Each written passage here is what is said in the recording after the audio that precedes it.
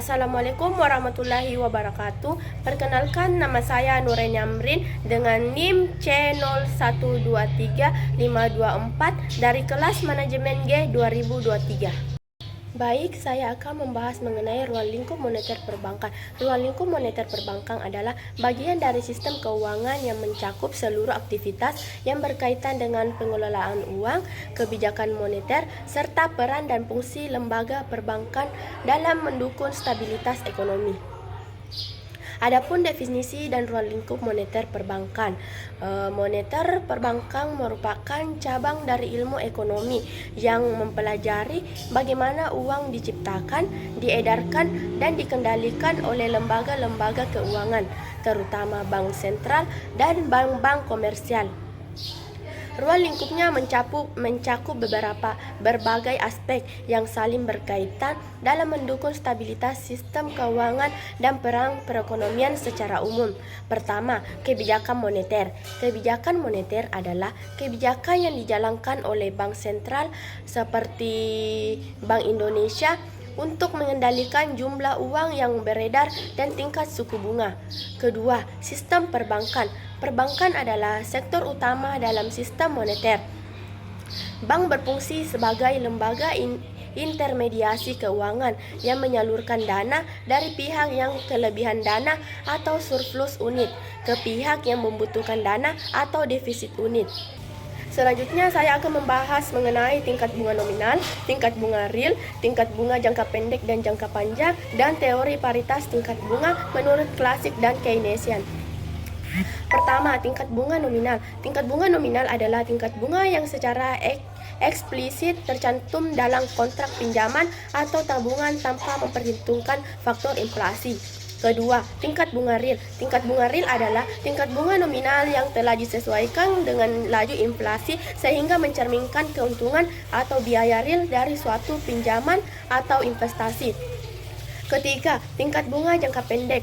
Tingkat bunga jangka pendek merupakan suku bunga yang berlaku untuk pinjaman atau investasi dengan jangka waktu kurang dari 1 tahun dan sangat dipengaruhi oleh kebijakan moneter, terutama dari bank sentral. Sebaliknya, tingkat bunga jangka panjang berlaku untuk menjaga waktu lebih dari 1 tahun dan dipengaruhi oleh ekspektasi inflasi, risiko investasi, serta kondisi ekonomi secara umum. Selanjutnya, teori paritas tingkat bunga menurut pandangan klasik menjelaskan bahwa perbedaan suku bunga antar negara akan diimbangi oleh perubahan nilai tukar agar tidak terjadi arbitrase dengan asumsi pasar keuangan yang sempurna. Sementara itu, menurut pandangan Keynesian, tingkat bunga dipengaruhi oleh permintaan dan penawaran uang serta preferensi likuiditas masyarakat, sehingga paritas tingkat bunga tidak selalu tercapai karena adanya ketidaksempurnaan pasar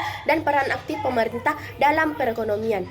Baik, saya akan membahas mengenai pasar uang. Pasar uang adalah tempat terjadinya transaksi keuangan jangka pendek, yaitu kurang dari 1 tahun, yang mempertemukan pihak yang kelebihan dana atau surplus dengan pihak yang membutuhkan dana atau defisit untuk kebutuhan likuiditas. Instrumen yang diperdagangkan di pasar uang antara lain sertifikat Bank Indonesia atau SBI, surat berharga pasar uang atau SBPU, deposito berjangka, dan surat berharga komersial. Proses transaksi di pasar uang dimulai dari pihak yang membutuhkan dana menerbitkan instrumen keuangan yang kemudian ditawarkan kepada investor atau lembaga keuangan melalui mekanisme pasar. Transaksi bisa dilakukan secara langsung atau negosiasi atau melalui perantara seperti broker atau dealer. Bank sentral juga berperan penting di pasar uang dengan melakukan operasi pasar terbuka untuk mengatur jumlah uang beredar dan menjaga stabilitas moneter. Selanjutnya, saya akan membahas mengenai bank sebagai perantara keuangan. Bank sebagai perantara keuangan adalah lembaga yang berfungsi menghubungkan pihak-pihak yang memiliki kelebihan dana atau surplus unik dengan pihak-pihak yang membutuhkan dana atau defisit unik untuk tujuan konsumsi atau investasi.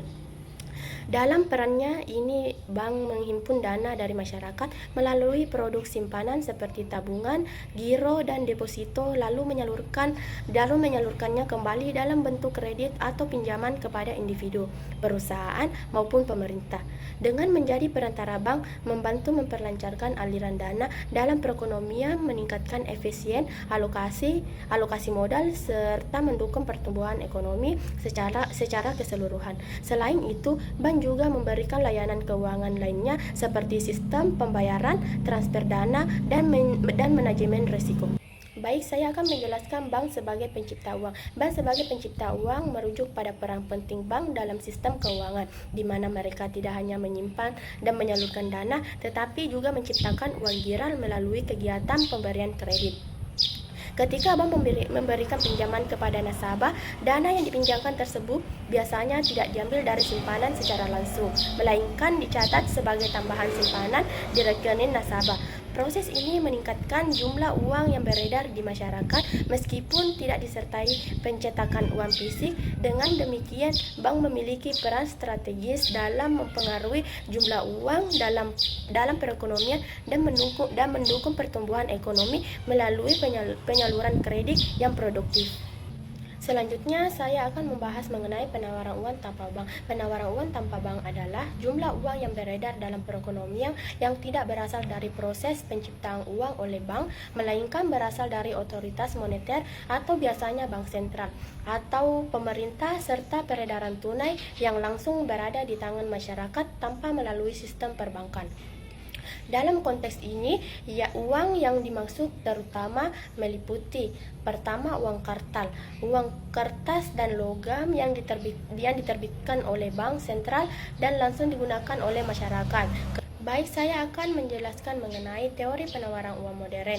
Teori penawaran uang modern merupakan suatu pendekatan dalam ilmu ekonomi yang menekankan bahwa jumlah uang yang beredar dalam suatu perekonomian ditentukan secara aktif oleh otoritas moneter, khususnya bank sentral, melalui kebijakan moneter yang terencana dan sistematis.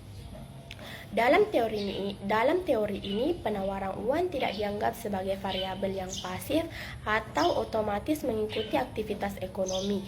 Selanjutnya, saya akan membahas mengenai pelipat uang. Pelipat uang atau dalam istilah ekonomi dikenal sebagai money multiplier adalah konsep dalam teori moneter yang menggambarkan seberapa besar jumlah total uang yang dapat diciptakan dalam sistem perbankan dari setiap unit uang dasar atau base money yang disuntikan oleh bank sentral ke dalam perekonomian.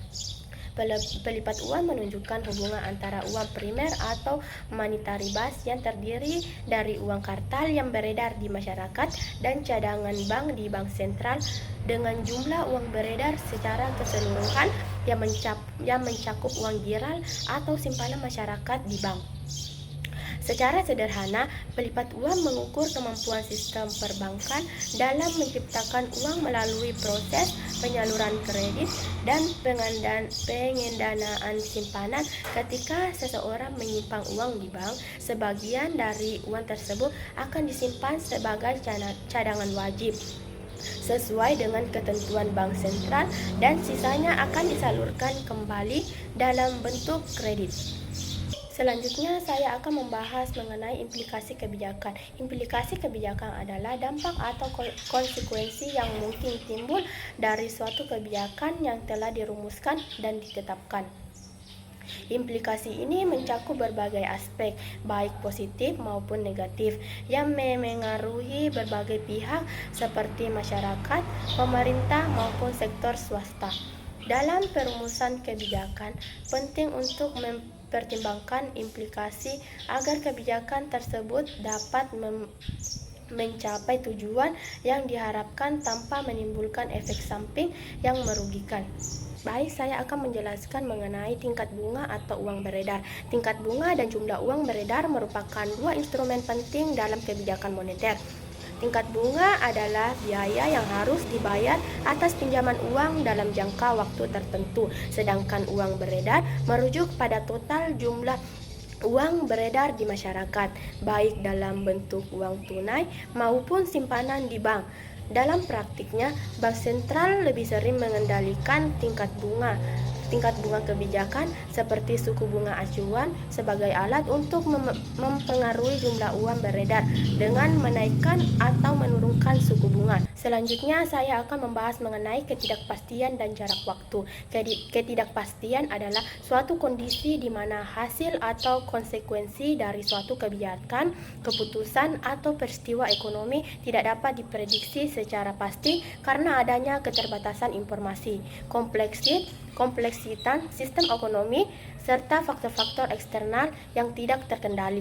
Dalam dunia ekonomi, ketidakpastian dapat berasal dari berbagai sumber seperti perubahan kondisi pasar, fluktuasi harga komoditas, dinamika politik, krisis keuangan global, atau bahkan bencana alam dan pandemi.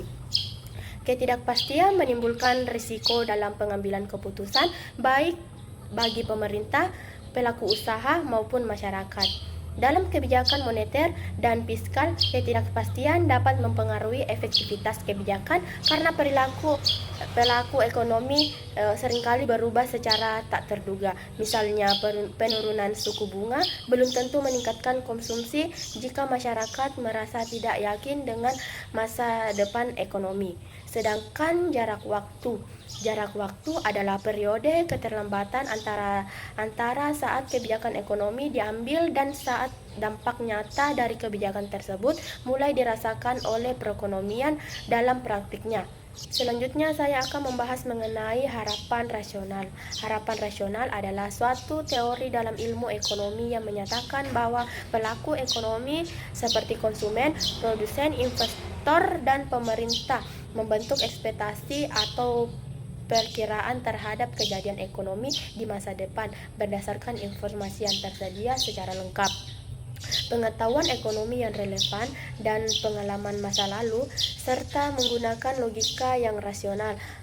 Teori ini mengasumsikan bahwa meskipun individu tidak dapat memprediksi masa depan dengan sempurna, mereka tidak secara konsisten membuat kesalahan sistematis dalam perhitungan mereka. Selanjutnya saya akan membahas mengenai pengertian inflasi, macam inflasi, mengapa inflasi timbul. Pertama, pengertian inflasi.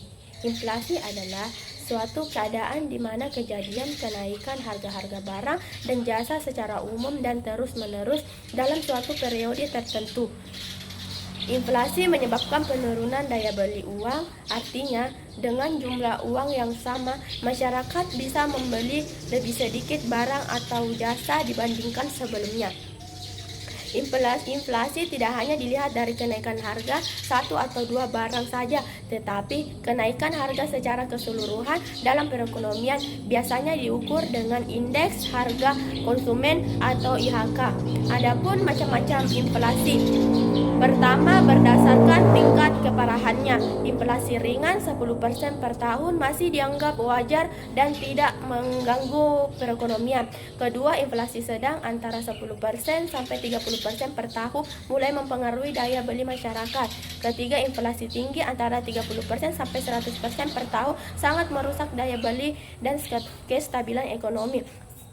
Selanjutnya, hiperinflasi 10% per tahun, harga melonjak sangat drastis dan nilai uang merosot tajam. Kedua, berdasarkan penyebab. Selanjutnya saya akan membahas mengenai standar moneter internasional. Standar moneter internasional adalah suatu sistem yang mengatur cara negara-negara di dunia menerapkan nilai tukar mata uang mereka dengan berinteraksi dalam sistem keuangan global. Sistem ini mencakup prinsip-prinsip dan kebijakan yang disepakati secara internasional guna menciptakan stabilitas moneter, mendorong kelancaran perdagangan internasional, dan menjaga keseimbangan neraca pembayaran antar negara. Dalam pelaksanaannya, standar moneter internasional menentukan instrumen apa yang digunakan sebagai cadangan devisa seperti emas, mata uang asing, atau kombinasi keduanya, serta menerapkan apakah nilai tukar yang bersifat tetap.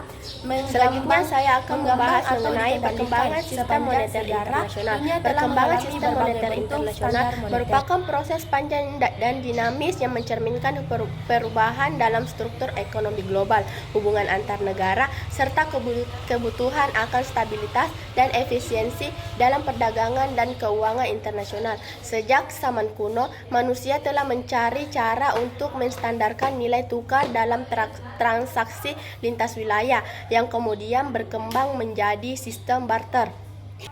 Selanjutnya saya akan membahas beberapa saran mengenai standar moneter internasional. Pertama, diversifikasi cadangan mata uang global.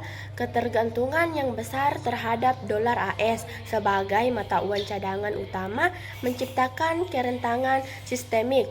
Perlu dorongan untuk penggunaan mata uang lain seperti euro, yuan, atau bahkan sistem SDR atau special drawing rights sebagai alternatif. Kedua, stabilitas nilai tukar mendorong kerjasama antar negara untuk menjaga stabilitas nilai tukar, baik melalui kebijakan makroekonomi yang selaras maupun melalui pengelolaan arus modal yang lebih bijak.